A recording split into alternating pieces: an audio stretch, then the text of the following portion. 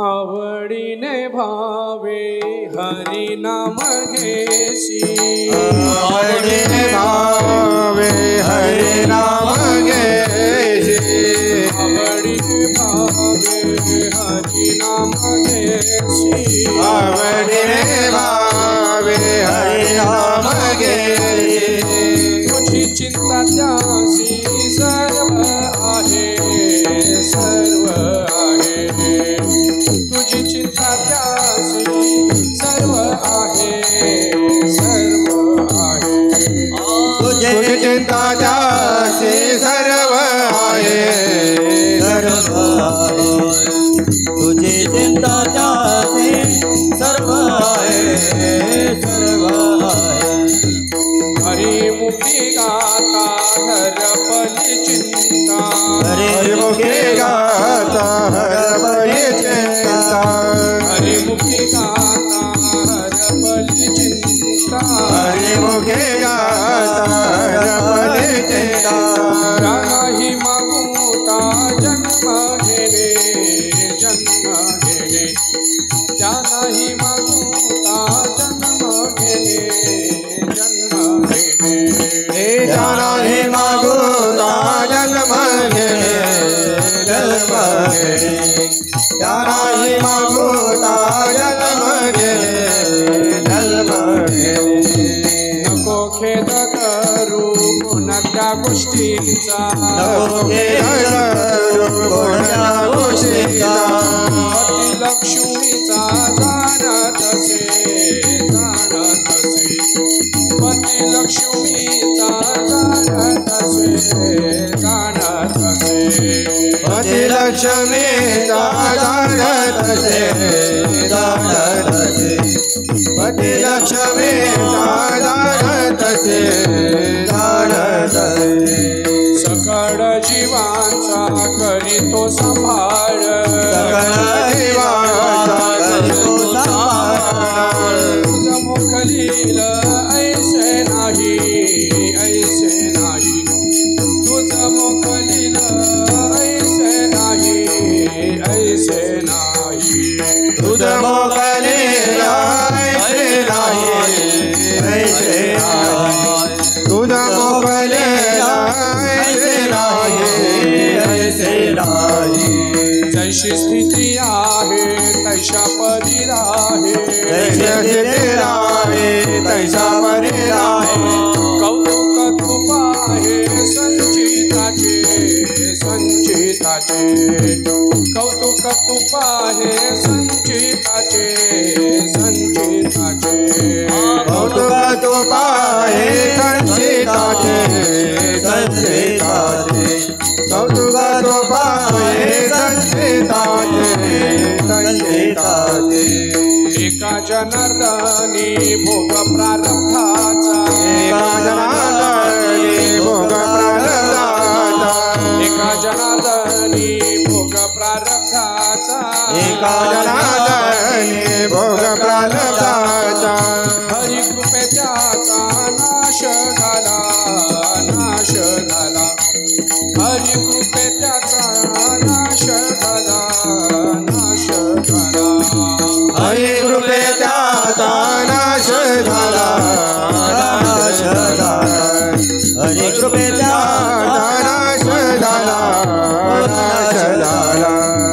हरिमुखी गाता हरपली चिंता हरिमुखी गाता हरपली चिंता त्या नाही मागुता जन्म घेणे त्या नाही मागुता जन्म घेणे त्या नाही मागुता जन्म घेणे त्या नाही मागुता जन्म घेणे जय जय जय जय जय जय जय जय विठोबा रखुमाई जय जय जय जय जय जय विठोबा रखुमाई जय जय जय जय जय जय जय विठोबा रखुमाई जय जय जय जय जय जय जय विठोबा रखुमाई जय विठोबा रखुमाई जय जय जय विठोबा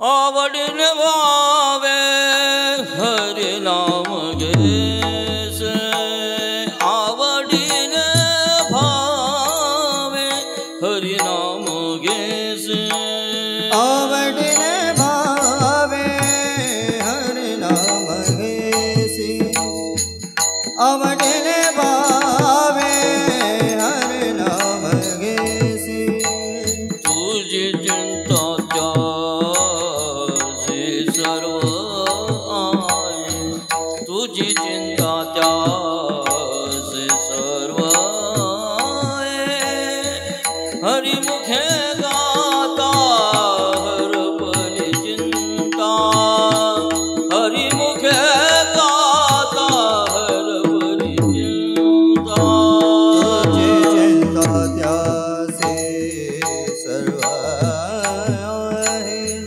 तुझे चिंता त्यासे सर्व आहे हरिमुखी गाता हरपली चिंता हरिमुखी गाता हरपली चिंता जानाई मागूता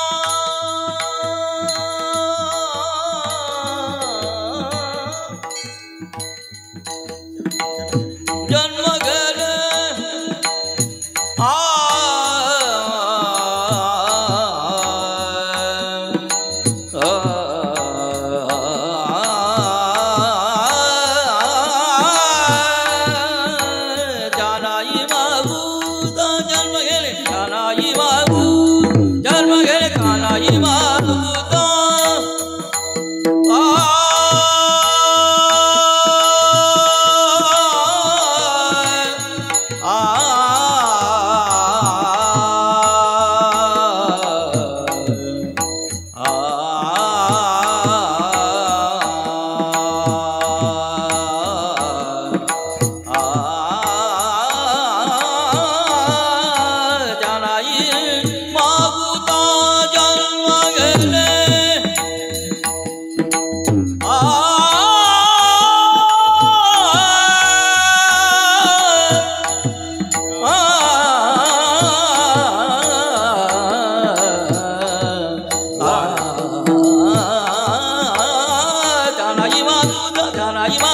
जानाई मागू जन्म गेले जानाई मागूता हरिमुखे गाता हरपली चिंता हरिमुखे गाता हरपली चिंता नाही मागुता जन्म घेणे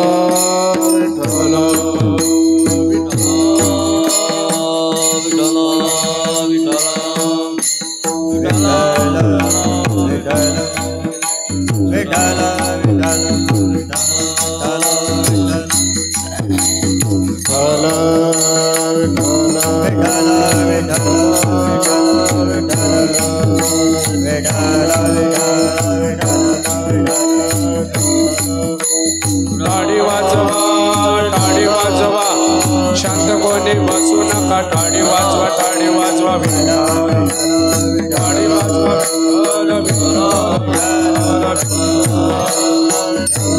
बोला पुंडलिक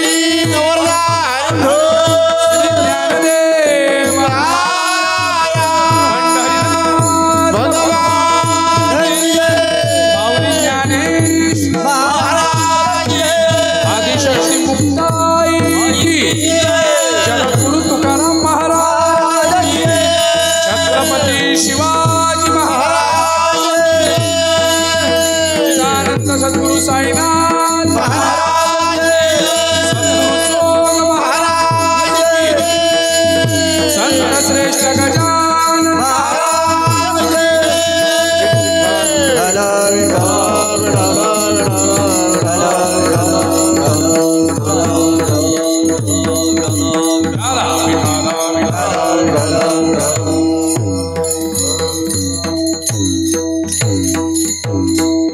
आवडीने भावे हरिनाम घेसी तुझी चिंता त्याचे सर्व आहे हरिमुखी गाता हरपली चिंता त्या नाही मागुता जन्म घेणे नको खेद करू कोणत्या गोष्टींचा पती लक्ष्मीचा जाणत असे हरिमुखी गाता हरपली चिंता त्या नाही मागुता जन्म घेणे सकळ जीवांचा करीतो सांभाळ मज तुझ मोकलीला ऐसे नाही हरिमुखी गाता हरपली चिंता त्या नाही मागुता जन्म घेणे जैशी स्थिती आहे तैशा परी आहे कौतुक तुप आहे संचितांचे हरिमुखी गाता हरपली चिंता त्या नाही मागुता जन्म घेणे एका जनार्दनी भोग प्रारब्धाचा हरिकृपे त्याचा नाश झाला हरिमुखी गाता हरपली चिंता त्या नाही मागुता जन्म घेणे पांडुरंगा करू प्रथम नमन गण गण गणात बोलते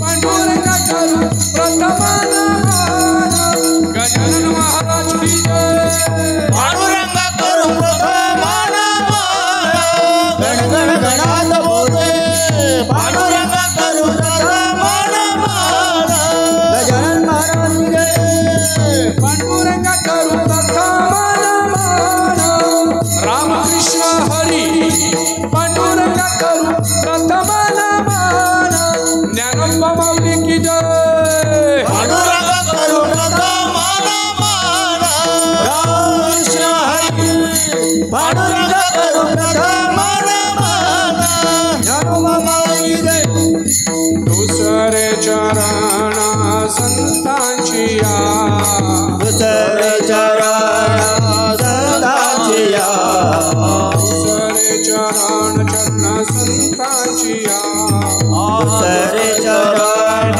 संतांची त्यांच्या कृपादाने कथेचा विस्तार गण गण गणात बोलते त्यांच्या कृपादाने कथेचा विस्तार भारत माता की जय त्यांच्या कृपादाने कथेचा विस्तार गण गण गणात बोलते त्यांच्या कृपादाने कथेचा विस्तार भारत माता की जय विठ्ठल विठ्ठल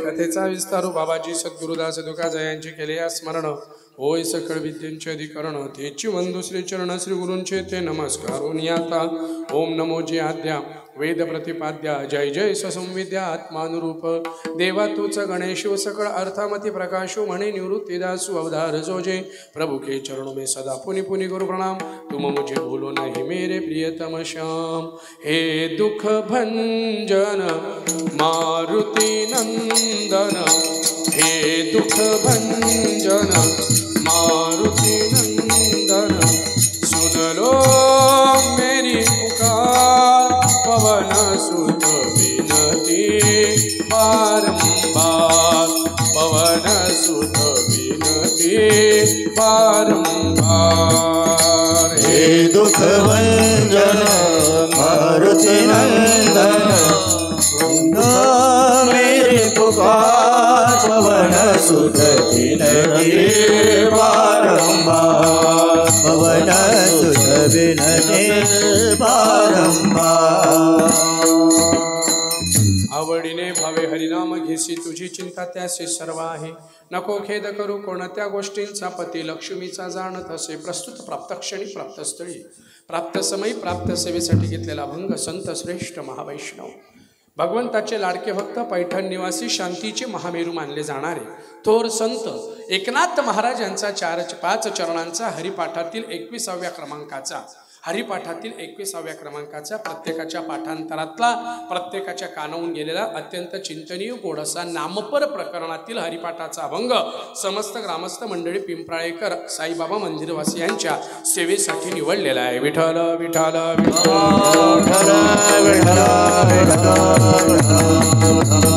सेवेला सुरुवात करण्यापूर्वी थोडासा परिहार वारकरी संप्रदायाच्या नियमानुसार वास्तविक पाहायला गेलं तर मायबापू आपल्या या अखंड हरिनाम संकीर्तन सप्त्याचं साईबाबाच्या प्रांगणातल्या सप्त्याचं माझ्या मते हे पहिलंच वर्ष आहे दिवसा ह्या वर्षी पहिलंच वर्ष असल्यामुळे काहीच नाही पण रात्री अखंड हरिनाम संकीर्तन सप्ताह वास्तविक जर पाहायला गेलं तर हा सप्ताह ज्या परिस्थितीमध्ये होतोय त्या आमच्या विनोददादांचं कौतुक करावं तेवढं थोडं आहे मला आमच्या राजेंद्र मुरलीधर पाटील साहेब यांच्याकडे जेव्हा आज भोजनाचा कार्यक्रम होता तेव्हा माहिती पडलं मला माहीत नव्हतं मी नारदाच्या गादी उभा आहे की विनोददादांचे वडील वारले आणि त्याच्या 7 दिवसांनी आई पण वारल्या एवढं मोठं वास्तविक संकट कोसळल्यावरती सुद्धा एकाच महिन्यामध्ये आई आणि वडील दोघंही गेले एवढी वास्तविक भगवंताने सत्वपरीक्षा पाहिल्यावरती सुद्धा काहीतरी भगवंताचं आपल्याला देणं घेणं लागतं म्हणून कुठेतरी अगदी 8 दिवसात नियोजन करून काल दुपारी पत्रिकेचा फोन आला तोरशी आज पत्रिका छापून पूर्ण गावात त्यांचा मुलगा गाडीवरती गेला मायबाप हो सगळीकडे प्रचार केला आणि आजपासून हा सप्ताह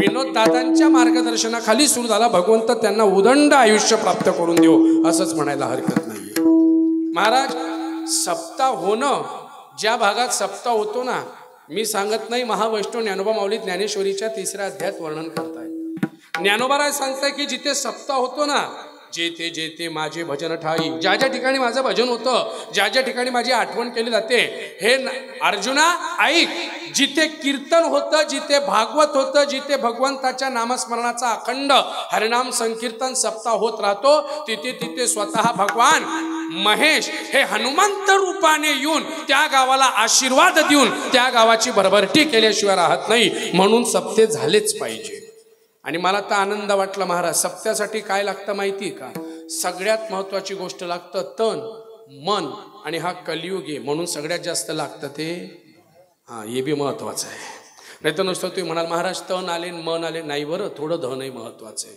महाराज पारमार्थिक जीवन घालूनच साधी गोष्ट नाही आहे आज पहिलाच दिवस आहे माझ्या वाटेवर मर्यादा आहे नामपर प्रकरणाचा अभंग आहे आजची सेवा आदरणीय राजेंद्र मुरलीधर पाटील यांच्याकडून आहे 8 दिवसांच्या सेवा वाटून घेतल्या आहेत आणि अत्यंत उत्कृष्ट असं हे साईबाबाचं प्रांगण समोर बसलेले सगळे गुणीजन भूदेव श्री कुलकर्णी काका आहेत भूदेव भूषण जोशी आहेत त्याचप्रमाणे समस्त जमलेले आमचे सगळे जुने नवे वाडकरी माळकरी टाळकरी ज्यांचा महाराष्ट्रात हातखंड आहे असे उत्कृष्ट गायक पदक मंडळी आमचे सुजितजी महाराज आमचे संजय महाराज त्याचप्रमाणे त्यांच्या बाजूला कैलासजी महाराज त्यांच्या बाजूला ज्यांच्या मार्गदर्शनाने सप्ताह सुरू आहे असे आमचे विनोद दादा समोर बसलेले रामकृष्ण दादा पण याच्यापेक्षा सुद्धा ज्यांनी मॉरल नैतिक आणि सगळ्यात महत्त्वाचा अत्यंत चांगल्या प्रकारचा सपोर्ट केला आहे असे आमचे दादू साऊंड सर्व्हिसचे सोपान दादा यांचं सुद्धा अनमोल सिंहाचं वाटा आहे मायबाप लक्षात घ्या पखवाजवरती आदरणीय निंबा महाराज आपल्या मंदिराचे सर वगैरे हे सगळे कार्यकारिणी आता एकाचं नाव घेणं शक्य नाही आहे म्हणून मंदिराचे कार्यकर्ते सुद्धा समोर बसलेला गुणीजन श्रोता आमच्या काकूसाहेब आमचे परममित्र वगैरे सगळे समोर आलेले आहेत सगळ्यांच्या चरणावर नमस्कार करतो आणि अभंगाच्या प्रारंभाला सुरुवात करतो. माननीय महालेदादा, सौ महालेताई या सगळ्यांना पुनश्च एकदा विनंती, नम्र विनंती करतो आणि कार्यक्रमाला सुरुवात. विठ्ठल विठ्ठल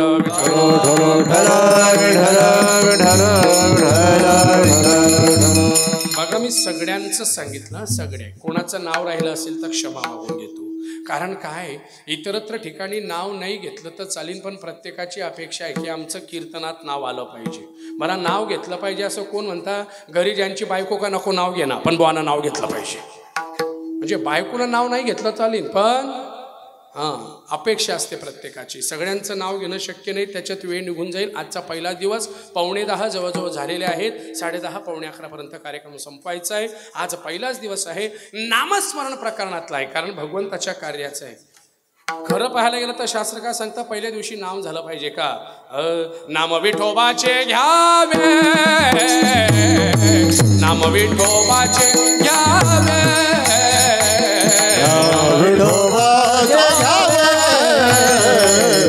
नाम विठोबाचे घ्यावे, पुढे पाऊला टाकावे, पुढे पाऊला टाकावे, नाम विठोबाचे घ्यावे,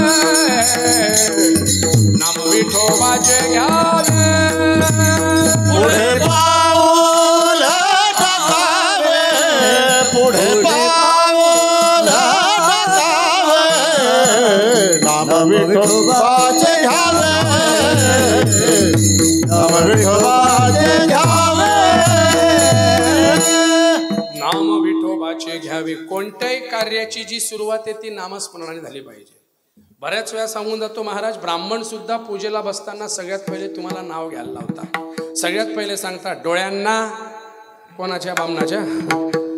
आपल्या डोळ्यांना पाणी लावतात, त्याच्यानंतर 3 वेळा नाव घेतात. आचम्यः केशवाय नमः स्वाहा, नारायणाय नमः स्वाहा, माधवाय नमः स्वाहा. 3 नावं घेतात का? कोणत्याही कामाची सुरुवात नामस्मरणाने जर झाली तर पुढचं कार्य चांगलं होत असतं. म्हणून माझ्याकडे आज पहिलाच दिवस आहे, नामस्मरण प्रकरणातला अभंग आहे. म्हणून आवडीने भावी हरिनाम घेसी.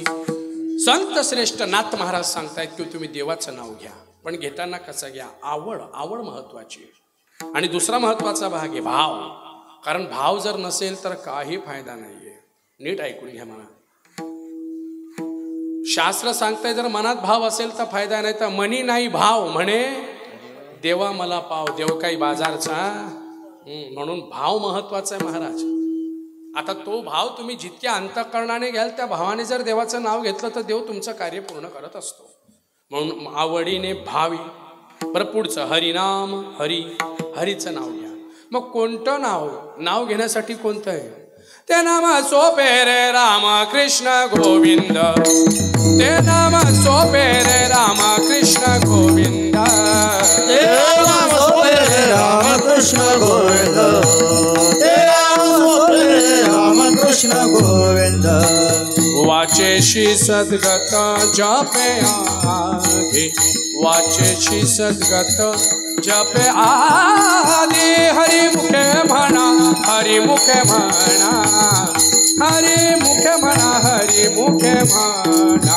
वाचेशी सद्गत जपे आधी, वाचेशी सद्गत जपे आधी, हरी मुखे म्हणा, हरी मुखे म्हणा, हरी मुखे म्हणा, हरी मुखे म्हणा.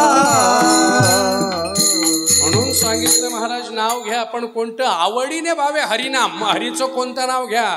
ते नाम सोपे रे रामकृष्ण, हे नाव घ्या. आणि हे नाव घेतल्यावर काय होईल? तुझी चिंता त्यासी. तुमची सगळी चिंता भगवंत दूर करेल. अभंग 5 चरणांचा आहे, ध्रुवपद पकडून 6 चरणाचा आहे. म्हणून थोडक्यात भावार्थ सांगून देतो. पहिल्या चरणावर, दुसऱ्या चरणावर डिटेल सांगेन, 3ऱ्या, 4थ्या, 5व्या चरणावर फक्त आजच्या ठळक बातम्या सांगतो. नाही लाज. महाराज 3ऱ्या चरणात सांगितलेलं आहे. पहिलं चरण काय सांगितलं? आवडीने भावे भगवंताचं नाव घ्या, तुमची चिंता तो दूर करतो आहे असं सांगतो मी. 4 युगातल्या 4 गोष्टी सांगेल, 4 कथा सांगेल 4 युगातल्या की कोणाकोणाची चिंता देवाने दूर केलेली आहे. म्हणून तुझी चिंता त्याशी सर्व आहे. फक्त त्याच्यासाठी काय करा तुम्ही? नको खेद करू कोणत्या गोष्टींचा. माणसं सध्या इतका खेद करताय ना, आता तर एवढं कलियुगात खेदाचं प्रमाण वाढलेलं आहे महाराज. चांगल्याचं कोणी करत नाही, पण पोट दुखणाऱ्यांचं प्रमाण भलतं वाढलेलं आहे. मी माझ्यावरून सांगतो, माझं सुद्धा सांगतो मी महाराज. जर का एखाद्या यादीत आपलं नाव आलं नाही ना, तर समोरच्याच्या पोटात खदखद झाल्याशिवाय. बघा तुम्ही, आल्या सोपान दादाला तेच बोललो मी. म्हटलं चांगलं नाही म्हटलं, इथलं मोठं सप्तो करून मारून नावच नाही म्हटलं, काय सांगू मी त्यांना. स्पष्ट बोललो आल्यावरती. खदखद आहे महाराज. जे असेल ते बोलायला हरकत नाही. कशाकरता सांगतो, सध्या खेद खूप होतोय. चांगल्याचा खेद कोणी करत नाही, पण वाईटाचा खेद खूप करतोय सध्या. पण संत श्रेष्ठ नाथ महाराज सांगताय, कोणी कोणी खेद केला होता त्यांचंही उदाहरण सांगेल. नको खेद करू कोणत्या गोष्टींचा, पती लक्ष्मीचा जाणत असे तो देव सगळं जाणतो. कारण का, सकळ जीवांचा करीतो सांभाळ, तो सगळ्यांचा सांभाळ करतो महाराज. तुझ मोख लिलायसे नाही. दृष्टांत महाराज 3ऱ्या चरणावर भागवतातला एक कोड दृष्टांत देऊन जातो. वेळ मिळतो नाही मिळत सांगता येत नाही, पण भगवंत तुमचं आमचं सगळं कार्य अगदी मनापासून करतो. तो सगळ्यांचा सांभाळ करतो. याच्यासाठी शिवपुराणातली पण एक कथा सांगतो 1 मिनिटाची, आणि भागवतातली पण एक कथा सांगतो. पण कार्यक्रमाला सुरुवात करण्यापूर्वी 4 महत्त्वाच्या सूचना. पहिली महत्त्वाची सूचना, प्रत्येकाने हाताने टाळी, मुखाने चिंतन करा. दुसरी महत्त्वाची सूचना, जे टेकून बसले असेल त्यांनी टेकून बसू नका, कारण टेकून बसला तर कली मनात घुसल्याशिवाय राहत नाही. रामायणातलं प्रमाण महाराज. नीट ऐका, जे टेकून बसतात त्यांना विनंती करतो, टेकू नका, राग नका उद्या. तुम्ही माझे दुश्मन नाही तर उद्याच्या दिवशी सकाळी तुम्ही विनोद आले म्हणशाल, कोण आणलं होतं ते वायबार बुवा सांगा मला, असं विन पुन्हा असं.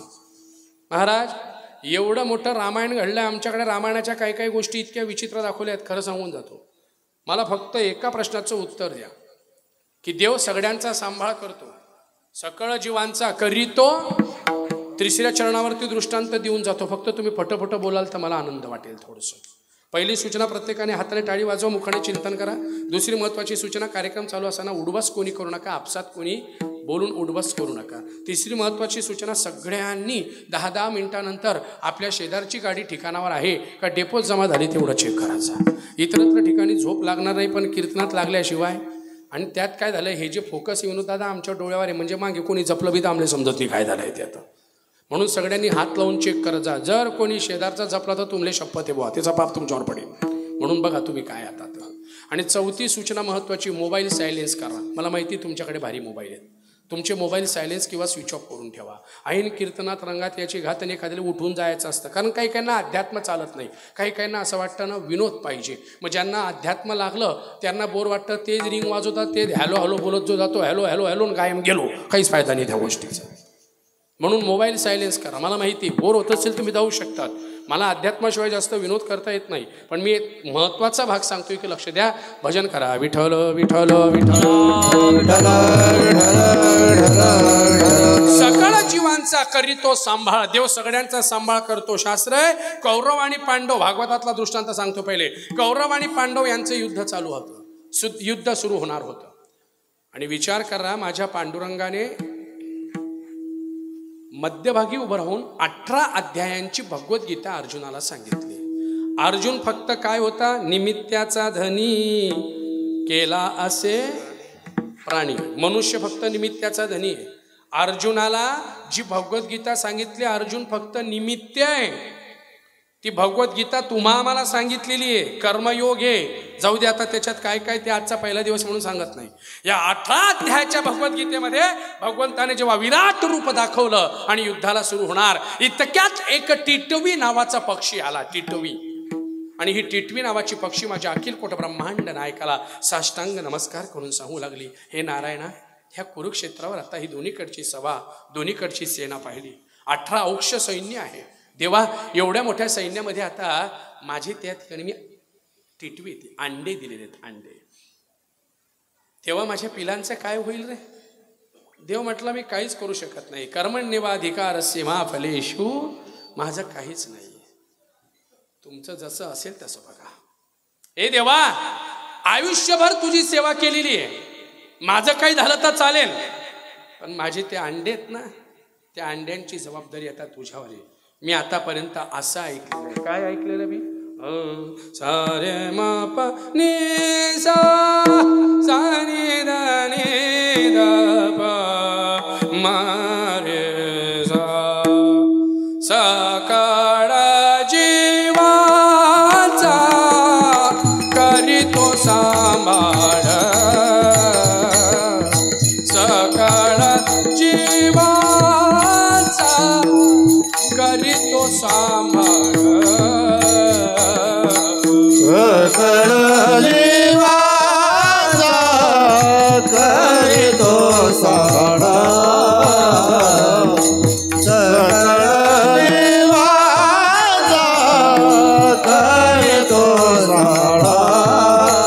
नाथांच्या हरिपठात तू म्हणताना म्हणतो सकळ जीवांचा सांभाळ करतो, पण त्याच्या आधी मी एवढं ऐकलेलं आहे, माझे तुकोबाराय सुद्धा सांगताय. काय सांगताय?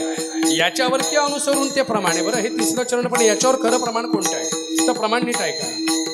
मागे पुढे उभा राहे सांभाळीत, आली आघात निवारया, आली आघात निवारया. देवा, ज्यांच्या ज्यांच्यावर संकट येतं त्यांच्या तू मागे थांबतो आणि पुढे थांबतो.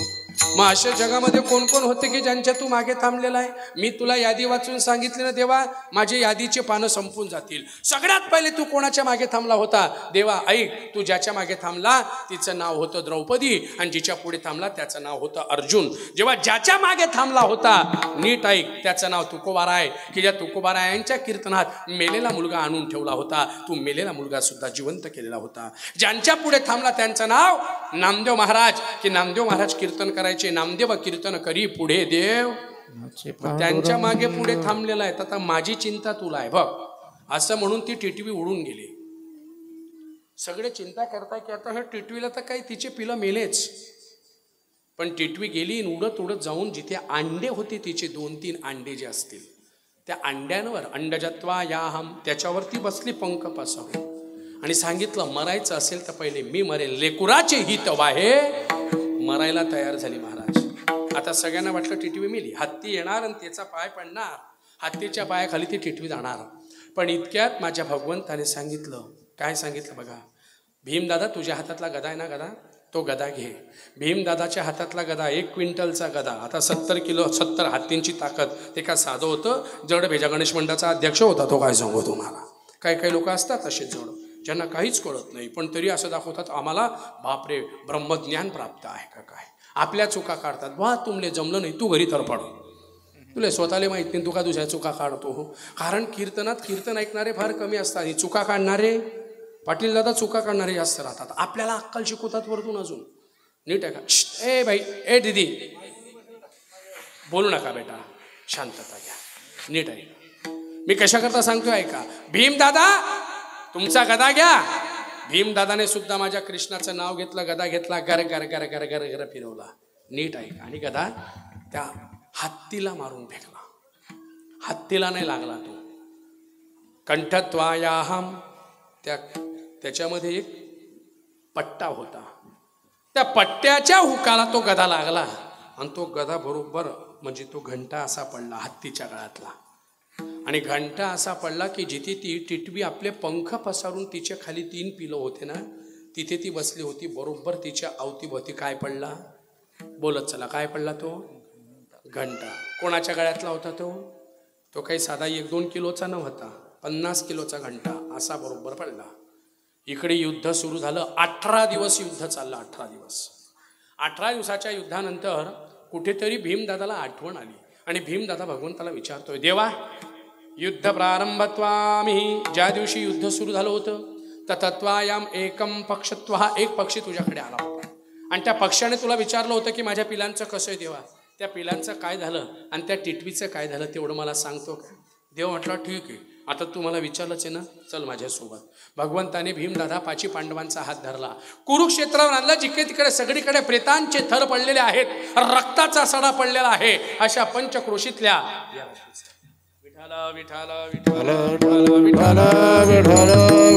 अशा आजूबाजूला रक्ताचा सडा पडलेला. आणि अशा या अवस्थेमध्ये भगवंताने सांगितलं, अर्जुना भीमदादा तो आहे ना, तो घंटा उचल बरं. नीट ऐका. आणि जसा भीमदादाने ताकदीच्या मानाने तो घंटा उचलला महाराज, जसा भीमदादाने ताकदीच्या मानाने तो घंटा उचलला, घंटा उचलल्याबरोबर पाहता तर काय, तो जो पक्षी होता टिटवी, त्या पक्षीच्या पिलाखांना म्हणजे अंडे जे होते ते अंडे फुटून त्याच्यातून 3 पिलं जन्माला सुखरूप आलेले होते. आणि एवढंच नव्हतं, त्या पिलांच्या बाजूला अन्नाची सोय सुद्धा माझ्या भगवंताने करून ठेवली होती. ही ताकद माझ्या भगवंताच्या नामस्मरणात आहे. त्यावेळेला भगवंत म्हणतायत काय, नीट ऐका काय म्हणतोय माझा देव. बघ भीमा, कोणी केली बाळा दुधाची उत्पत्ती, कोण करणार आहे तो आहे. म्हणून नीट ऐका, तो भगवंत आहे, सकळ जीवांचा करीतो, सगळ्यांचा सांभाळ करतो. कुलकर्णी काका आपला करणार नाही का तो, फक्त त्याच्यासाठी अंतःकरण हे शुद्ध पाहिजे. आपण त्याच्यावर विश्वास ठेवला पाहिजे. दुसरी कथा शिवपुराणातली, कोणती कथा आहे शिवपुराणात पण असंच घडलेलं आहे. माता पार्वतीच्या मनात शंका आली, संशयात्मा विनश्यते, किंवा ज्ञानोबा माऊलींची ओवी, संशयावनी घोर आणि पाप नाही थोर. नीट आहे का बरं, संशयासारखं पाप नाही महाराज.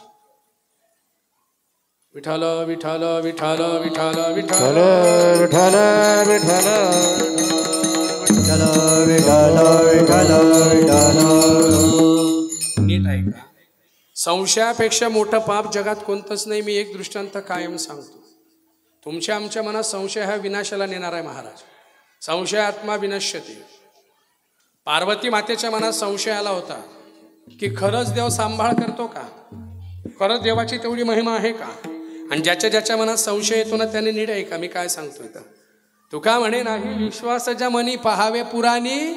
पुराणांमध्ये विचारून बघा तुम्ही, देव खरंच तुमच्या मनातल्या इच्छा पूर्ण करतो का आणि तो मागे पुढे थांबतो का, याच्यासाठी आहे का दृष्टांत महाराज. फक्त संशय सोडा ना, संशयाने नुकसान होतं. सांगतो बऱ्याच वेळा. एकादशीचा दिवस होता आणि एक माझ्यासारखा कीर्तनकार सोपानदादांची हॉटेल होती, त्या हॉटेलमध्ये दूध पिण्यासाठी गेला. आता गेला, त्यांची नाही हॉटेल, पण कल्पना करायला काय फरक पडतोय आपल्याला. मामाच्या गावात 100 गाई, सकाळी पहिले तर एक बी नाही, आपल्याला काय फरक पडतोय, सावधान बोलायला काय हरकत आहे आपल्याला. गेलो हॉटेलमध्ये गेलो, एकादशीचा दिवस होता. सोपानदाला म्हटलं दादा 1 कप दूध द्या बरं, माझी एकादशी आहे. कप चांगला धुवून घ्या, मस्त स्वच्छ व्यवस्थित करा आणि मला 1 कप भर दूध द्या. सोपानदादांनी लगेच ऑर्डर दिली, टेबल नंबर 3 वर बॉ बसला आहे, बॉले दूध द्या. म्हणे बॉ आहे का, म्हणे नाही बाई आहे, बॉचे कपडे घाली सण बसला आहे. लोक तिथे विचारतात बॉ. म्हणे महाराज बसले, त्यांना दूध द्या. दूध आणण्यात आलं. आता मी सांगितलं होतं की गोड दूध द्या, पण तो जो वेटर होता तो कानाने थोडा बैरा होता. त्याने दूध तर दिलं पण त्याच्यात साखर काही टाकली नाही. मी दूध पिलं. सोपानदादांकडे गेलो, दादा तुमच्या हॉस्टेलमध्ये भ्रष्टाचार आहे. म्हटले का बरं. अहो तुम्ही दूध तर दिलं मला पण त्याच्यात साखरच टाकली नाही ना. अहो आमचा कारागीर जरा बैरा आहे, त्याला ऐकू आलं नसेल. अहो तो बैरा आहे पण माझी भूक मिली नाही ना, द्या 2 चमचे साखर मला. सोपानदा म्हणे काय वायबार सो म्हणे गड्या बोलतो, बारीक दिसेल म्हणे बुवा. त्यांनी मला 2 चमचे साखर दिली. मी साखर खाल्ली आणि बाहेर आला. जशी साखर खाऊन बाहेर आला, जमिनीवर गडगड गडगड लोळू लागला. उभा राहिला, लोळू लागला. सोपानदादाला वाटलं बुवा ना आपल्या हॉटेलचं दूध पिलं, हॉटेलच्या दुधात काहीतरी विष पडलेला आहे, आता बुवा मरीन आणि आपला सत्यानाश. म्हणून सोपानदादा पहिले मागे गेले. नौकरला विचारलं, अरे किती लिटर दूध आहे रे. म्हणे आशीन साहेब 25-30 लिटर. बट टिबो म्हणे काय कर, फेक म्हणे सगळं दूध. म्हणे का बरं. त्या हॉटेलच्या दुधात पाय म्हणे विष पडलंय का काय. मालकाने सांगितलं, सगळं दूध त्याने फेकून दिलं. इतक्यात सोपानदादा बाहेर आले. मला विचारता, महाराज पोट दुखतंय का. नाही नाही नाही. चक्कर येत आहे का. नाही नाही नाही. गरगरतंय का. नाही नाही नाही. मळमळ होतंय का. नाही नाही नाही नाही. वांती होते का. म्हटलं नाही नाही नाही. मग तुम्ही जमीनवर लोळताय, उभे राहताय, असं का बरं करताय. म्हटलं पहिले दूध पिलं, नंतर साखर खाल्ली, दूधमध्ये साखर पगळतोय. म्हणे ओ वायवार तेव्हा पाहिले 25 लिटर फेकलं ना रे. म्हटलं का फेकलं. मला असं वाटलं दुधामध्ये. तो तुमचा भ्रम आहे. तसा माता पार्वतीच्या मनात भ्रम होता महाराज. वाऊगाची भ्रम नको देवा, वाऊगाची भ्रम नको देवा, वाऊगाची भ्रम नको देवा, वाऊगाची भ्रम नको देवा. हाची माझा नेमा सिद्धी नाही. नीट ऐका बरं. म्हणून वावगाची भ्रम, माणसाच्या मनात जेव्हा भ्रम निर्माण होतो महाराज, त्या भ्रमासारखं जगात दुसरं वाईट कोणतंच नाहीये. माता पार्वतीच्या मनात भ्रम आला, सकळ जीवांचा करीतो देव खरंच सांभाळ करतो का. शंकरजी म्हटले हो. मग एके दिवशी शंकरजी काही कारणास्तव बाहेर गेले. माता पार्वतीने एक मुंगळा उचलला. मुंगळा, इथे लक्ष द्या. काय उचलला. मुंगळा. आणि मुंगळा उचलून एक बरणी घेतली. बरणी, त्या बरणीमध्ये तो मुंगळा टाकून दिला आणि त्या बरणीला झाकण लावलं. इकडे लक्ष द्या. बरणीला झाकण लावलं आणि जिथे महादेव बसतात त्या महादेवांच्या आसनाच्या खाली एक छोटंसं खड्डं तयार केलं आणि ती बरणी त्या खड्ड्यात टाकून दिली, वरतून माती टाकून दिली आणि परत आसन ठेवून दिले. 3 दिवसांनी बघू काय होतं ते. तो शंकरजी आले, त्यांना माहीतच नाही. पुन्हा शंकरजी आले, जागेवरती बसले. 3 दिवसानंतर शंकरजींचं ध्यान भंग झालं, मुडलं म्हणजे संपलं. शंकरजी ध्यानातून परत उठले. त्यावेळेला माता पार्वती म्हणते, का हो खरंच भगवान विष्णू सकळ जीवांचा करीतो सांभाळ? हो. ही उक्ती खरी आहे? हो. मला हे सिद्ध करून दाखवा ना. म्हणे कसं? मी 3 दिवसापूर्वी तुमच्या आसनाच्या खाली एक बरणी ठेवली होती आणि त्या बरणीमध्ये एक मुंगळा टाकला होता. आता त्या मुंगळ्याला 3 दिवसापासून अन्न नाही, पाणी नाही, हवा नाही, काहीच भेटलेलं नाहीये. जर तो मुंगळा जिवंत असला तर तुम्ही म्हणता ते खरं आहे, आणि जर मुंगळा मेला तर तुम्ही म्हणता ते. भगवंत हसू लागले. पार्वती, तुझ्या मनात संशय आलेला आहे का? चल उघडून बघ. बरणी कुठे ठेवली? तुम्ही उठाता होय तर समजेन म्हणे कुठे तर. शंकरजी उठले. बघा बरणी कशी बाईची जात, बरं कुठे काय ठेन सांगता येत नाही. लगेच शंकरजींना उठवलं. शंकरजी उठले. तिने खड्डं काढलं, खड्डं उकरलं, त्याच्यातून बरणी काढली आणि जशी बघितली तर बाहेर मुंगळा दिसला. तो मुंगळा बाहेर म्हणजे जिवंत दिसला. एवढंच नाही, माता पार्वतीला आश्चर्य तेव्हा झालं जेव्हा तो नुसता मुंगळा नव्हता, त्या मुंगळाच्या बाजूला गुळाचा खडा सुद्धा पडलेला होता. तेव्हा मातेला आश्चर्य वाटलं. तेव्हा माता म्हणते, इथे गुळाचा खडा आला कसा? भगवंत म्हणतो, अगं वेडी, तू फक्त आसनाखालच्या मुंगळ्याचा विचार करते आहे. 7 समुद्राच्या खाली असणाऱ्या प्राण्यांचा तो सांभाळ करतो, तर हा मुंगळा कुठे वाया चाललाय म्हटले मला सांग. म्हणून सकळ जीवांचा करीतो सांभाळ, तुझा मोकलील ऐसे नाही. जैशी स्थिती आहे तैशा परी राहे, कौतुक तू पाहे संचितांचे. 4थ्या चरणामध्ये सांगितलंय, स्थितीवर परिस्थितीवर जाऊ नका. तुम्ही फक्त मनापासून त्याचं नाव घ्या, तो तुमच्या सगळ्या अडचणी दूर करतो. महाराज, संचित तुमचं चांगलं असेल, संचित क्रियामान आणि भोग 3 गोष्टी आहेत. एक दृष्टांत सांगून जातो म्हणजे लक्षात येईल तुमच्यासाठी, पण थोडं भजन करा. विठ्ठल विठ्ठल विठ्ठल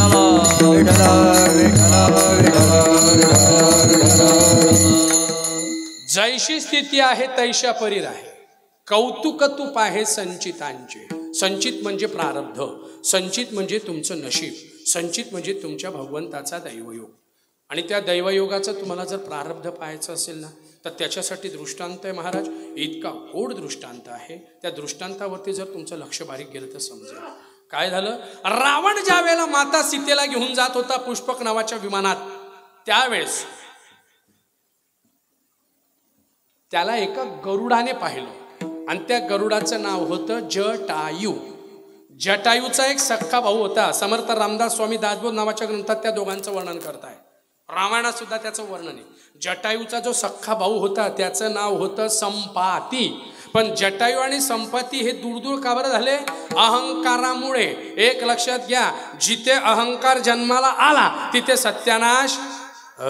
बाबा अहंकार निशी घन दाट, बाबा अहंकार निशी घन दाट, बाबा अहंकार निशी घन दाट, बाबा अहंकार निशी घन दाट. गुरु वचनी फुटले पहाट, गुरु वचनी फुटले पहाट. माता भक्ती भेटली बळवंत, माता भक्ती भेटली बळवंत. तिने मार्ग दाविला चोखट, नरहरी रामा गोविंदा वासुदेवा, नरहरी रामा गोविंदा वासुदेवा. मार्ग दाविला चोखट, नरहरी रामा गोविंद वासुदेवा, नरहरी रामा गोविंद वासुदेवा.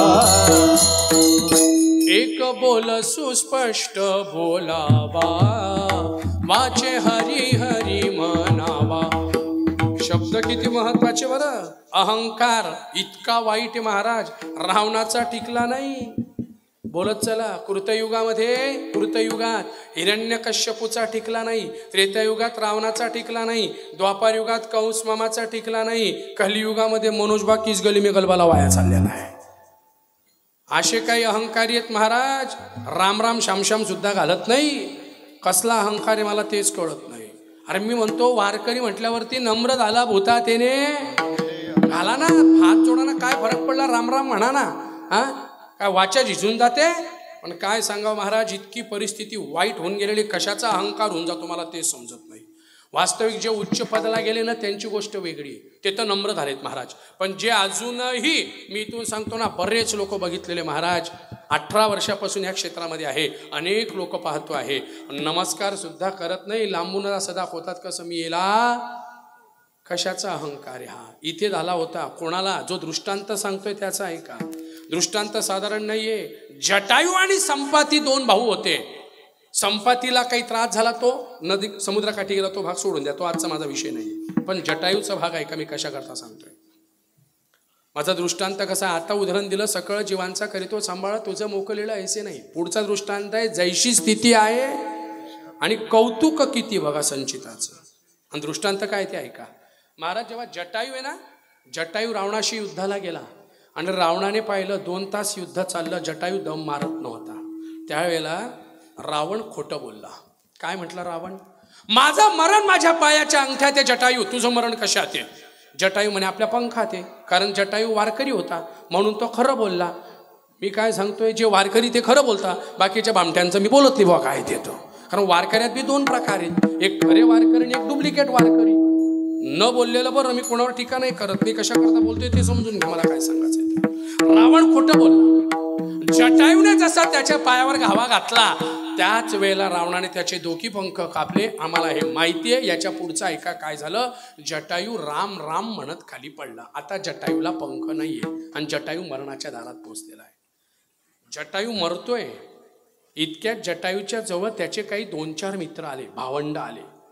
बाहेरचे बोलत नाही, पण आपलीच भाऊबंदकी सत्यानाश केल्याशिवाय. अनुभव आहे महाराज, बोलता खतरनाक अनुभव आहे बरं. बाहेरचे कोणी बोलत नाही, पण आपलेच नांगा टोचल्याशिवाय राहत नाही. त्याची पोरगी बोलला होता याच्या घरात, ते ऐकलं नाही. आता तोंड काय केलं, अरे गुच्चू बस, तू बी तर वच करेणार आहे. तो अभि लग्नात तुला फेटे बांधले ना, कशाला आगोपणा करतोय. हा नाही गेला लग्नात, ती गोष्ट वेगळी आहे. कशा करता सांगतोय ऐका. सगळी जटायूची भाऊबंदकी आणि मित्रमंडळी बोलू लागली, काय गरज होती तुला मारायची? आम्ही पण बघितलं सीतेला घेऊन जाताना, मग तुला काही गरज होती मारामारी करायची? कशाला मारामारी करायला गेला रे? मेला ना, आराम होत ना, मरतोय ना आता.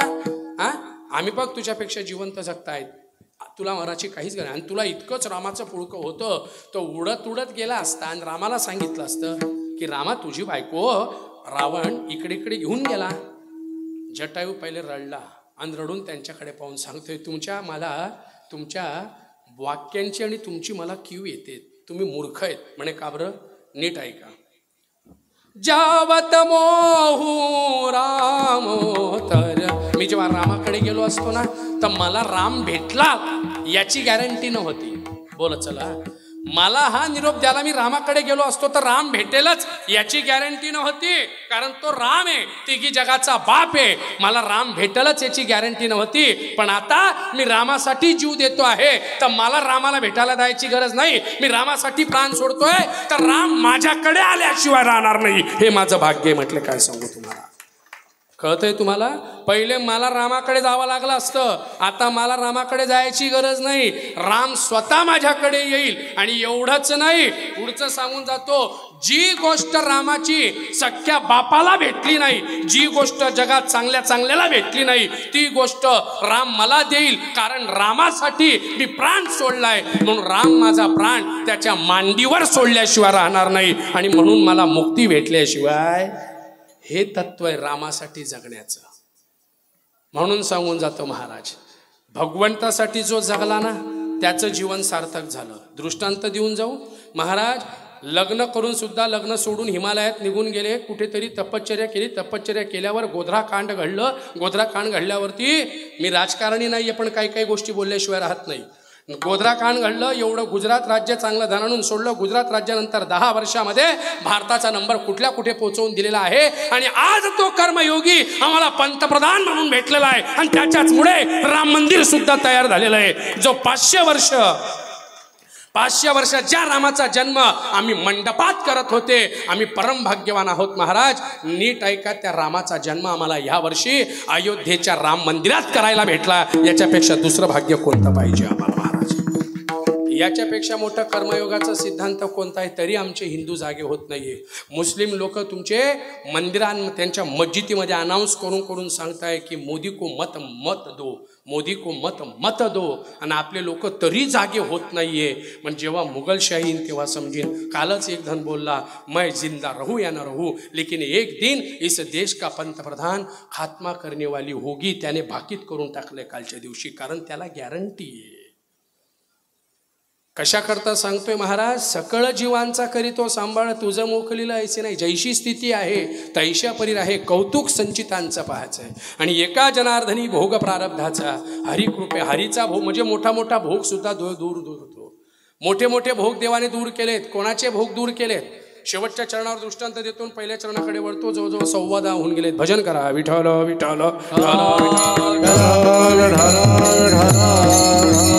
नाव घ्या महाराज. देवाच्या नावाची ताकद, मोठे मोठे भोग नष्ट होतात. देवाच्या नावाची ताकद. साधं उदाहरण देऊन जातो. मी कायम सांगतो, तुम्ही कायम कीर्तन ऐकणार आहेत. आणि मी एक गोष्ट कायम सांगतो, कैलास बाबा, संजू बाबा, कायम सांगतो विनोद दादा, की तुम्ही देवाचं नाव घ्या, किती अंतःकरणापासून घ्या. जशी स्त्री नवऱ्याचं नाव घेते ना, पतिव्रता जैसा व्रतार प्रमाण, पतिव्रता जैसा व्रतार प्रमाण, पतिव्रता जैसा व्रतार प्रमाण, पतिव्रता जैसा व्रतार प्रमाण, पतिव्रता जैसा व्रतार प्रमाण, पतिव्रता जैसा व्रतार प्रमाण, पतिव्रता जैसा व्रतार प्रमाण, पतिव्रता जैसा व्रतार प्रमाण. हे आम्हा नारायण तैशा परी तैशा परी तैशा परी, आम्हा नारायण तैशा परी तैशा परी तैशा परी. पतिव्रता जैसा व्रतार प्रमाण, पतिव्रता जैसा व्रतार प्रमाण. हे आम्हा नारायण तैशा परी तैशा परी तैशा परी, आम्हा नारायण तैशा परी तैशा परी तैशा परी.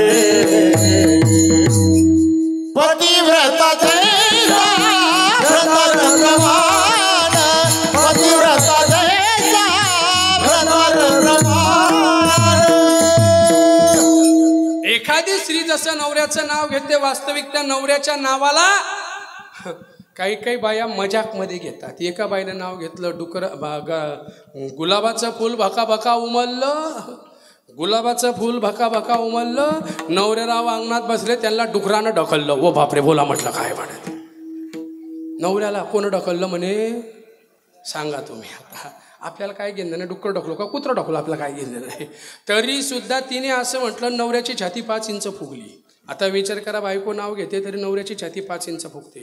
मग का हो, बायकोने नाव घेतलं तर नवऱ्याला इतका आनंद होतो आहे. मग विचार करा, जसं बायकोने नाव घेतल्यावर नवऱ्याला आनंद होतोय, मग तसा तुम्ही आम्ही त्या भगवंताचं समर्थाचं नाव घेतलं तर त्या समर्थांना किती आनंद होईल. कधी याचा विचार केलाय का कधी महाराज? पण ते घेताना कसं घेतलं पाहिजे, नीट ऐका.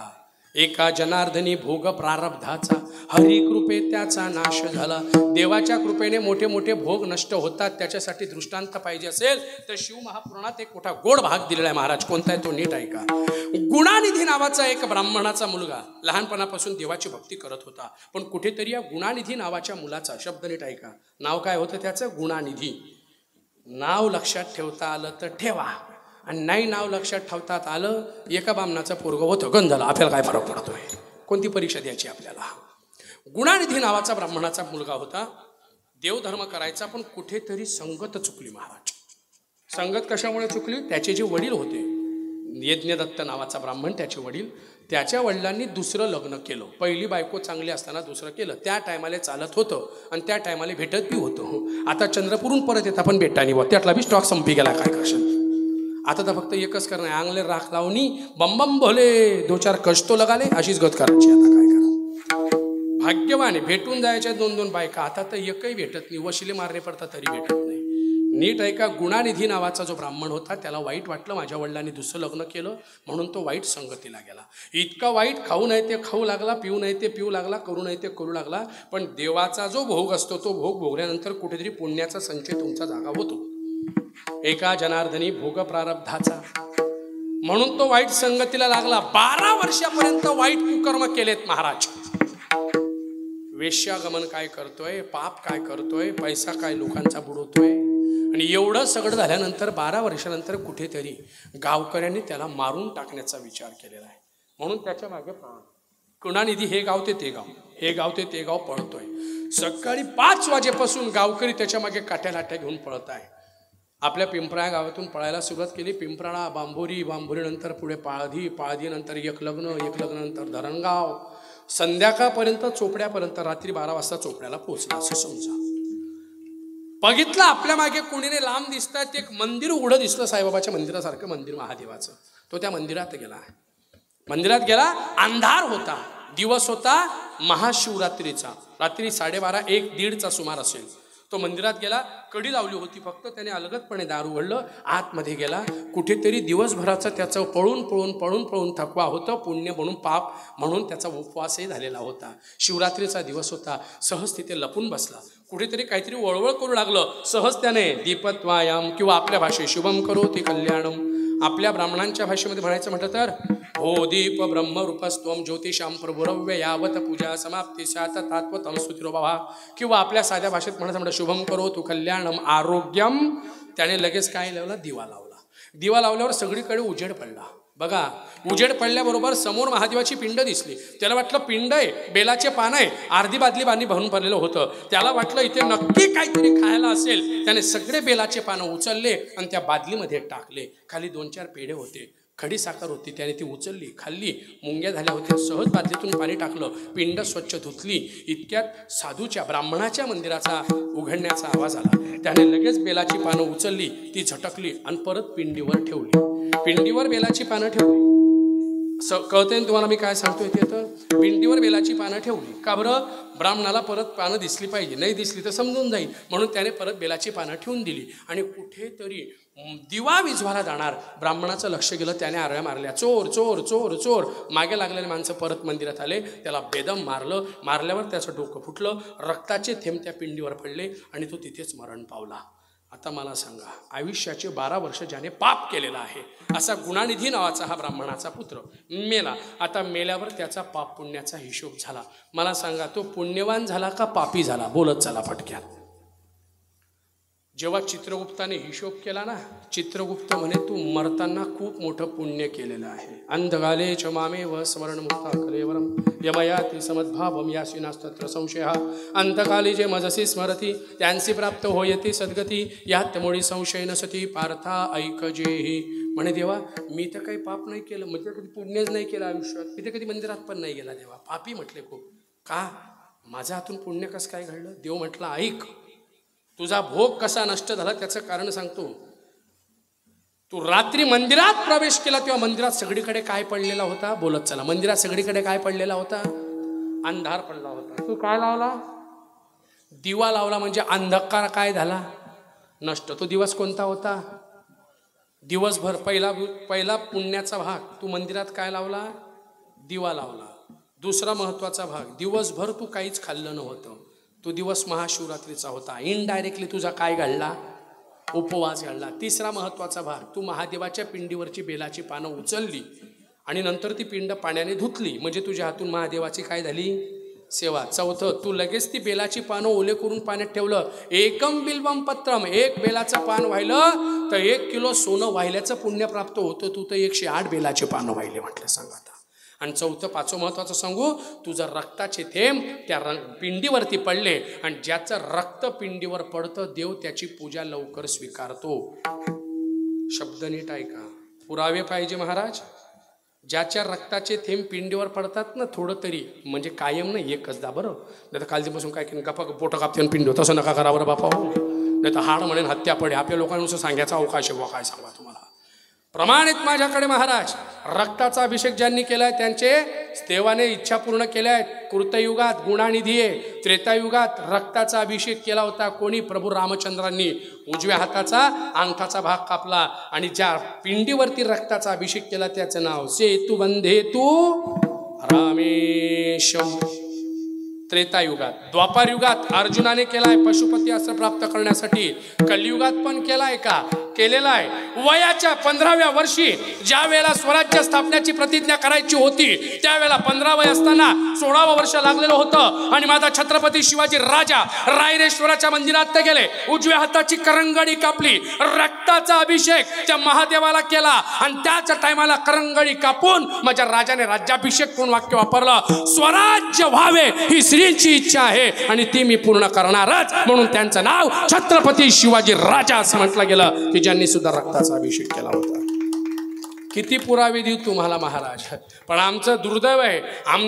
आम्हाला इतिहासात बायकोसाठी ताजमहल बांधणारे शिकवले. आम्हाला इतिहासात बायकोसाठी 14व्या बायकोसाठी ताजमहल बांधला हे शिकवण्यात आलं. पण आमच्या इतिहासामध्ये ज्या राजाने आईसाठी जंग पछाडून स्वराज्य स्थापन केलं त्या राजाचा इतिहास थोडक्यात देण्यात आला. हेच आमच्या देशाचं दुर्दैव आहे. म्हणून कुठेतरी आम्ही आमच्या इतिहासापासून लांब राहिलेलो महाराज. खरं बोललं तर वाईट वाटतं. कशा करता सांगतोय?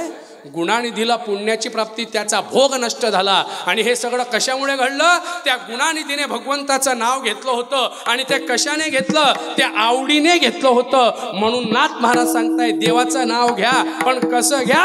अभंगाच्या आवडीने भावे हरी नाम घेसी, आवडीने भावे हरी नाम घेसी, आवडीने भावे हरी नाम घेसी, आवडीने भावे हरी नाम घेसी, आवडीने भावे हरी नाम घेसी, आवडीने भावे हरी नाम घेसी, आवडीने भावे हरी नाम घेसी, आवडीने भावे हरी नाम घेसी.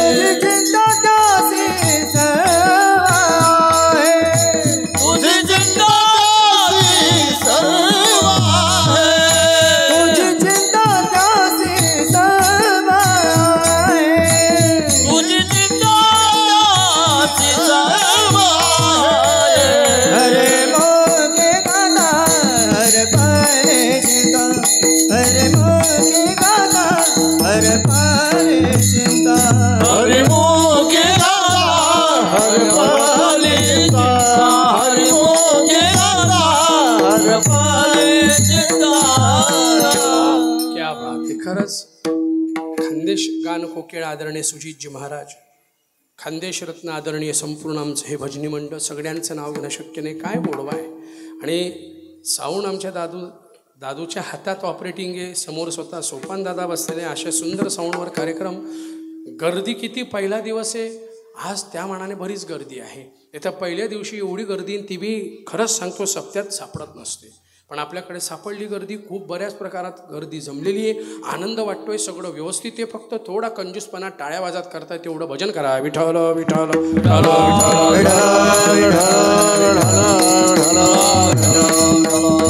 महाराज. प्रेम करणारे माता बंधू भगिनी असतील तर खरंच सगळ्या गोष्टी आवडीने होत असतात. आवड काय महाराज? आणि आवडीने नाव घ्या. पण आता पुन्हा प्रश्न असा येतोय, नावं तर भरपूर आहे, कोणतं नाव घ्यायचं? मी सांगतो म्हणून नाही महाराज, प्रमाणासहित सांगू. थोडं भजन करा. विठ्ठल विठ्ठल विठ्ठल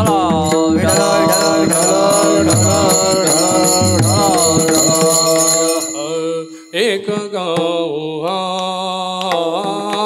आम्ही, एक गाव आम्ही, विठोबाचे नाम. एक गाव आम्ही, एक गाव आम्ही, एक गाव आम्ही, विठोबाचे नाम. एक गाव आम्ही, एक गाव आम्ही, एक गाव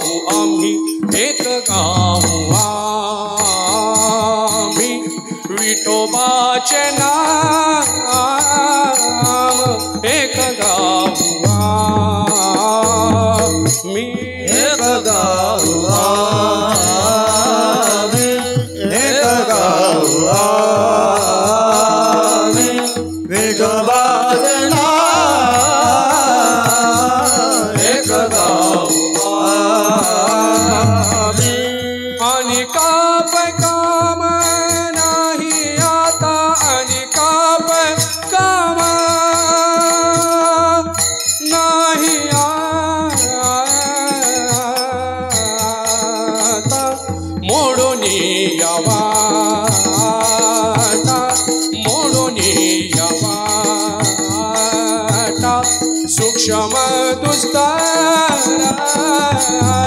मोडून यावा आणि का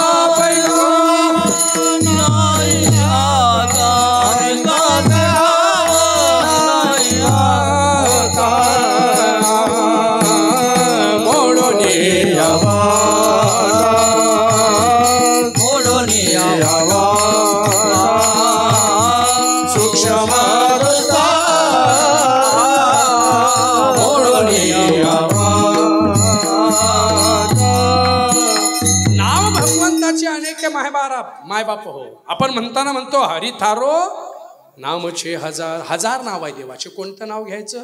मग त्याच्यामध्ये पवित्र मानले जाणारे 3 नावं जास्त वारकरी पंथाने सांगितलं. मंत्रच दिलाय. मंत्र दिला रामकृष्ण रामकृष्ण हनी. हेच 3 नावं घ्या. भगवंताचे नाव घ्या, आवडीनं घ्या, पण हेच नावं का घ्या? रामाचं नाव, कृष्णाचं आणि हरीचं. तर रामाचं आचरण करा महाराज. कसं आचरण करा? रामायणाचा भाग सांगतो थोडसा. हे कलियुग आहे. रामाचं आचरण असं की रामाने सांगितलं की तुम्ही जेवढं जेवढं देवाचं नाव घ्याल तेवढं तुमचं. आणि देवाचं नाव घेण्याचा स्वस्तात मार्ग म्हणजे सप्ते. आमच्या विनोददादांनी इथे सप्ताह सुरू केला आहे. पहिलं वर्ष. मला बोलताना बोलले, म्हटलं घाबरू नका महाराज, हे लोक चांगले साथ देतील, पण साथ देताना फक्त पैशांची साथ नको पाहिजे महाराज. इथले स्थानिक लोक सुद्धा कीर्तन ऐकायला, कारण प्रत्येकाच्या नशिबात ऐकण्याचा भाग नसतो. 9विध प्रकारची जी भक्ती सांगितली आहे, या 9विध प्रकाराची सगळ्यात पहिली भक्ती कोणती असेल तर श्रवणम. ऐकल्याने जे होतं ना, नीट ऐका. परीक्षिती नावाच्या राजाला मुक्ती भेटली. कशामुळे भेटली? फक्त त्याने भागवत काय केलं? श्रवण केलं. तुम्ही जोपर्यंत श्रवण करत नाही ना चांगलं, आपल्या लोकांना चांगलं ऐकायची सवय नाही महाराज. माफी मागून बोलू का? आता ह्या ठिकाणी नीट ऐकून घ्या.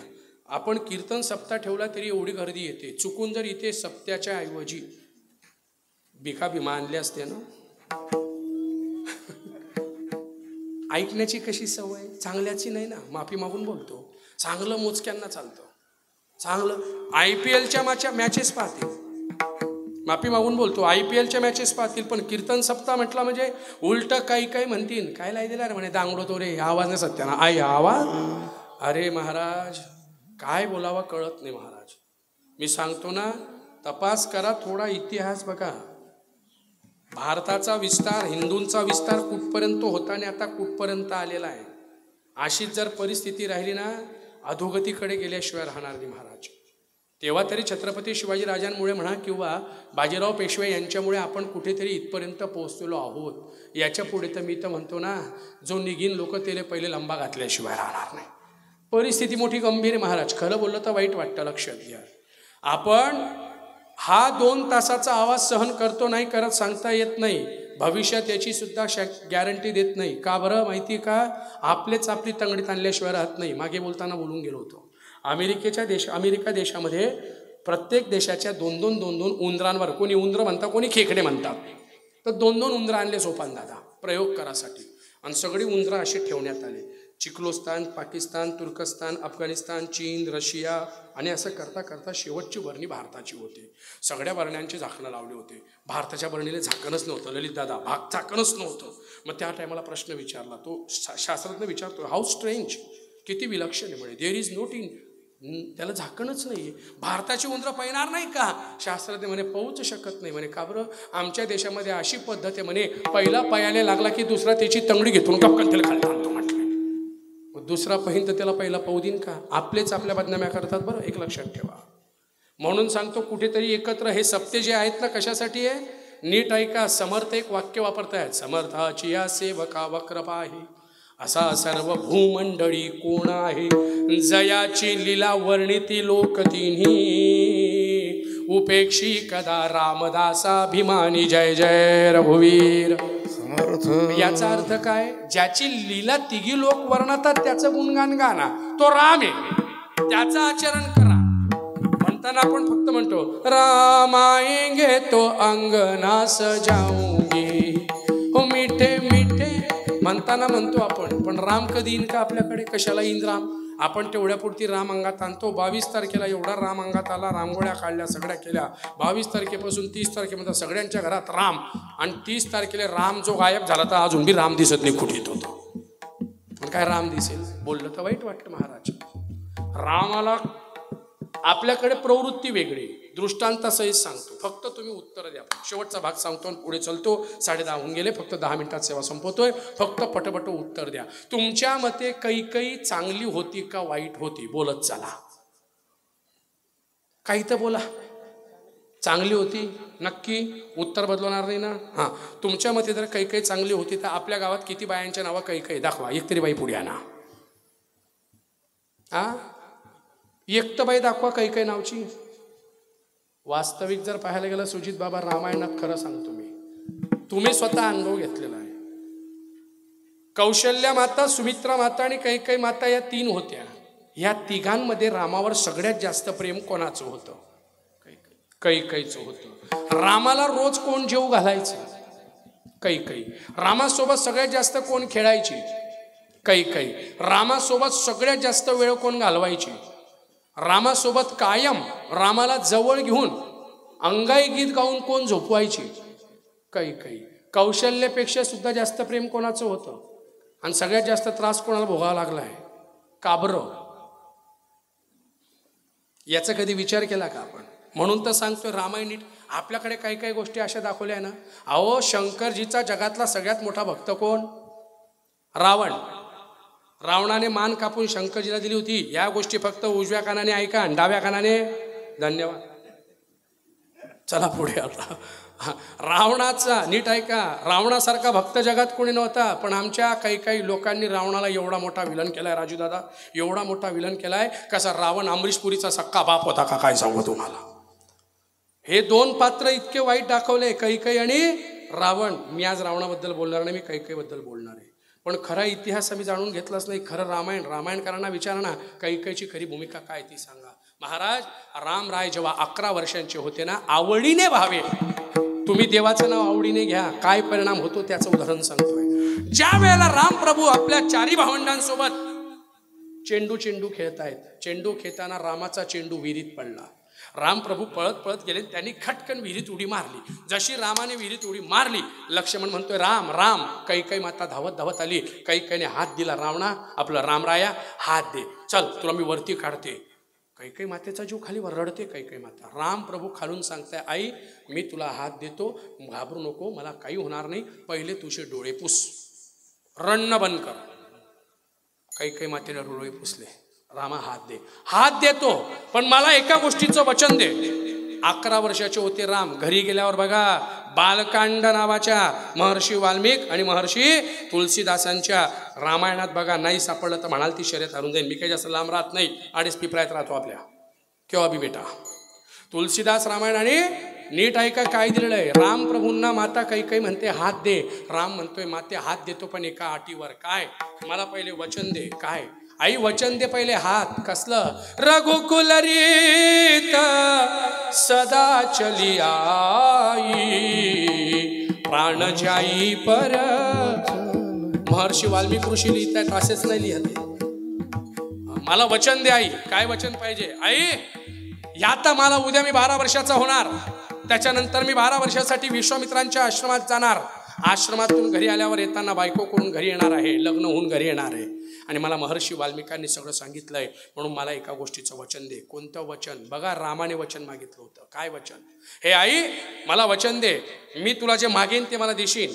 कदाचित मी जे मागतो आहे ते मागत असताना तुझं सौभाग्य तुझ्यापासून चाललं जाईल, म्हणजे तुझा नवरा मरेल, चालेल? तुझा सख्खा मुलगा तुझा वैरी होईल, चालेल? हे जग तुझा वैरी होईल, चालेल? जर चालत असेल तर मला वचन दे, नाही तर देऊ नको मला वचन. त्या टायमाला माता कैकेयीने एकच प्रश्न विचारला, पति बैरी होवे तो चले, जग बैरी होवे तो चले, पुत्र बैरी होवे तो चले, मेरे राम न बैरी होवे, जिस दिन राम बैरी होवे उस दिन जग छोडे तो चले. बोल म्हटले चालेल का? काय बोलायचे ते? माझा पोरगा वैरी झाला चालेल, नवरा वैरी झाला चालेल, जग वैरी झालं चालेल, पण हे रामराया तू वैरी होशील का? आई हा राम तुला वचन देतोय, सगळं जग जरी तुझ्या विरोधात गेलं तरी राम तुझ्या पाठीशी कायम उभा राहील. आता बोल. मग ती म्हणे दिला तुला वचन, तुझे मागशील ते दिन. बोल. मग आई एक काम कर, मी लग्न करून जरा जेव्हा घरी येईल ना तेव्हा माझ्या पित्याला दशरथ राजाला 2 वर माग. पहिला वर मला 14 वर्षांसाठी वनात धाड आणि दुसरा वर लक्ष्मणाला गादीवर बसव. अरे पण रामा तुला 14 वर्षासाठी वनात का पाठवायचं? काय हे भेज तो हु वनमा, तुला वनात का बरं पाठवायचं? तेव्हा राम प्रभू सांगताय आई जर तुम्हाला वनात धाडलं नाही तर रावण अतिकाय महाकाय सुखाय कुंभकर्ण हे राक्ष मरणारच नाही. आणि ज्याच्या समीर जन्म घेतलाय धर्मरक्षावया, मी अवतार घेतलेला आहे, मग तो अवताराचा फायदा काय? मी जोपर्यंत जंगलात जात नाही तोपर्यंत राक्षस मरणार नाही, आणि मी एकदाचा राजा झाला तर मला गाव सोडून जाता येणार. हे सगळं पहिले रामाने सांगितलं. तेव्हा काही म्हटली जग वैरी झालं तर चालेल, पण मी 2 वर मागेल. हे तिला 12 वर्षापूर्वी माहिती होतं, म्हणून रडत रडत काशीना तिने वर मागितले. आणि रामाला 14 वर्षासाठी काय केलं?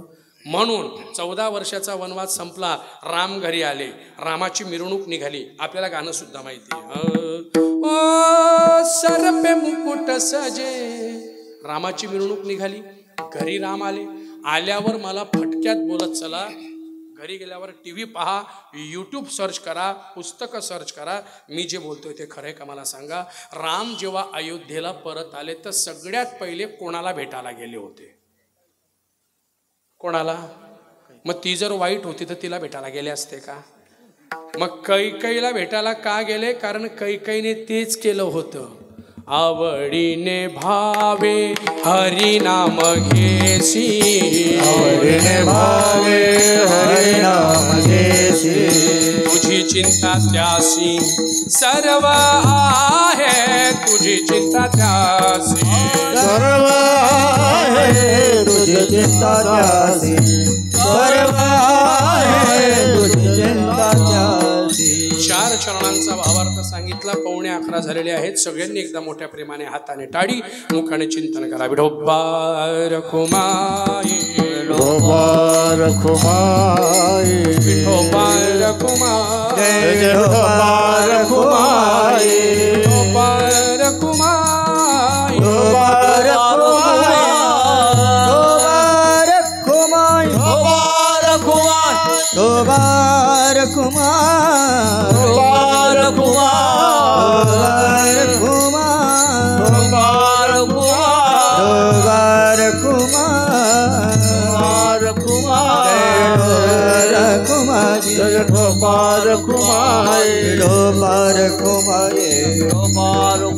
जय विठोबा रखुमाई, विठोबा रखुमाई, विठोबा रखुमाई, विठोबा रखुमाई, विठोबा रखुमाई,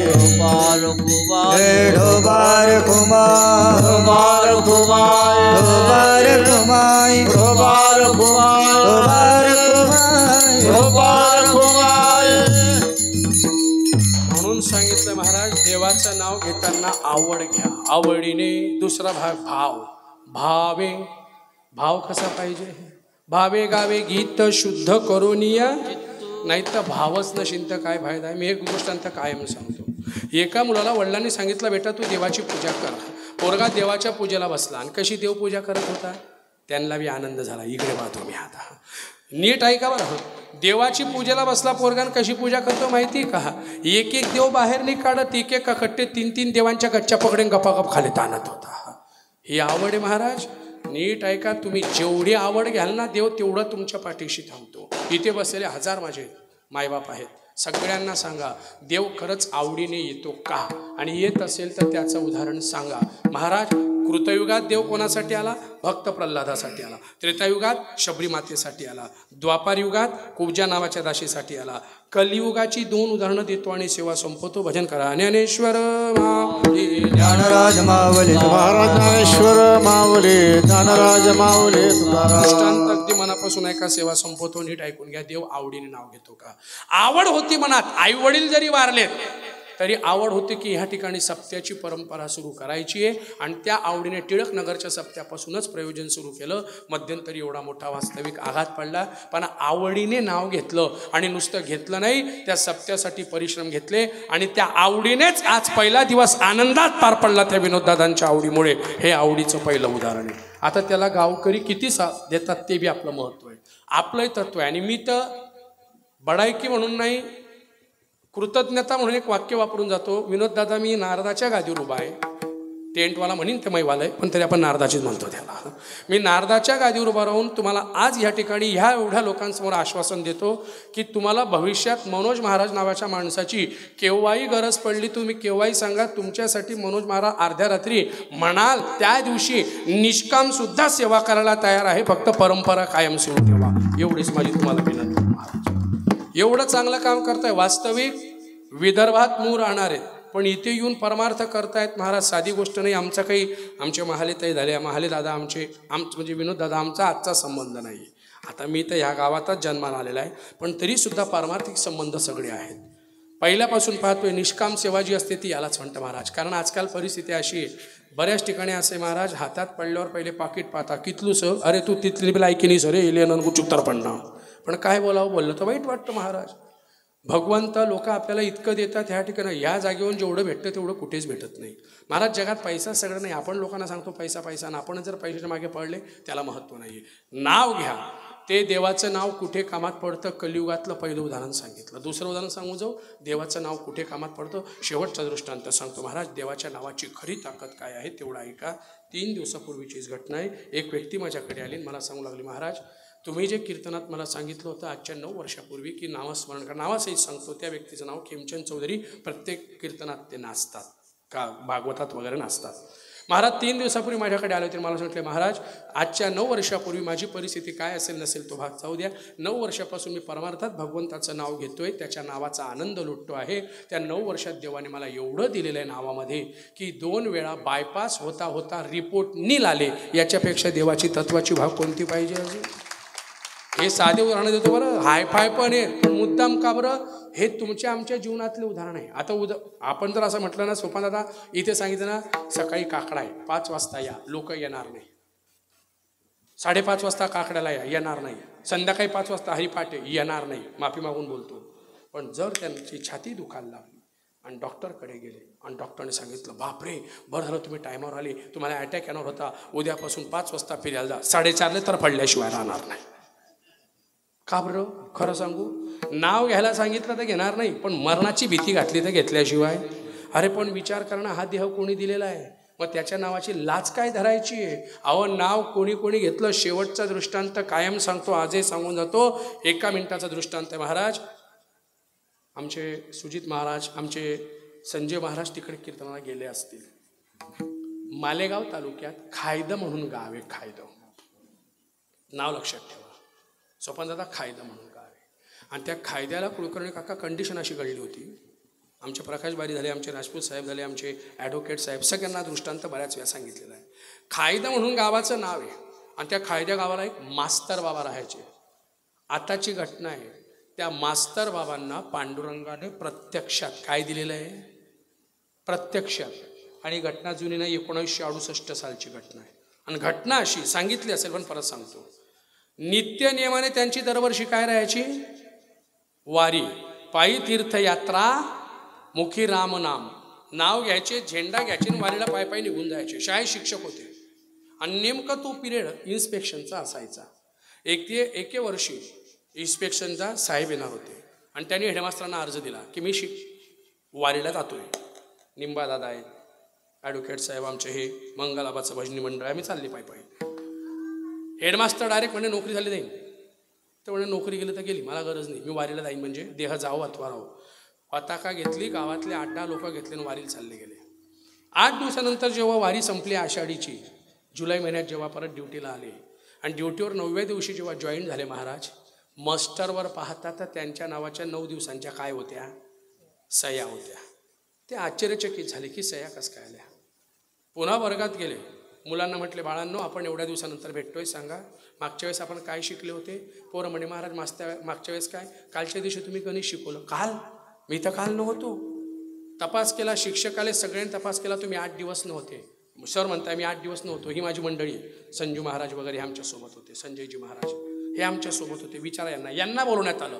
तपास केला, हे म्हणताय महाराज आमच्यासोबत होते बरं का, रामकृष्णांना हे म्हणताय महाराज आमच्यासोबत होते. आणि शाळेवाले म्हणताय सर आमच्या वर्गात होते. जेव्हा 86 तपास केला पूर्ण, आणि ज्या वेळेला मास्तर बाबांनी सांगितलं देवा जर खरंच माझी भक्ती खरी असेल, आवडीने भावे हरिनाम घेसी तुझी चिंता त्याचे सर्व आहे, जर खरंच असेल तर सांग.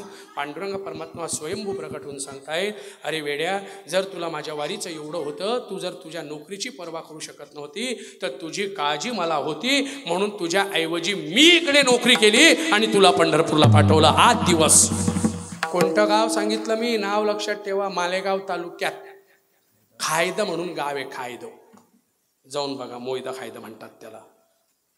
गेल्या 6 वर्षापासून माझी तिथे कीर्तनाची सेवा घडते. माझं परमभाग्य आहे. हे कशा करता सांगतोय ऐकताय महाराज, फक्त देवाचं नाव इथून घ्या, आवड घ्या, भाव घ्या, नाही तर या जगात काहीच नाही आहे. काय सांगू तुम्हाला, पैसा आज आहे उद्या नाही, कीर्ती आज आहे.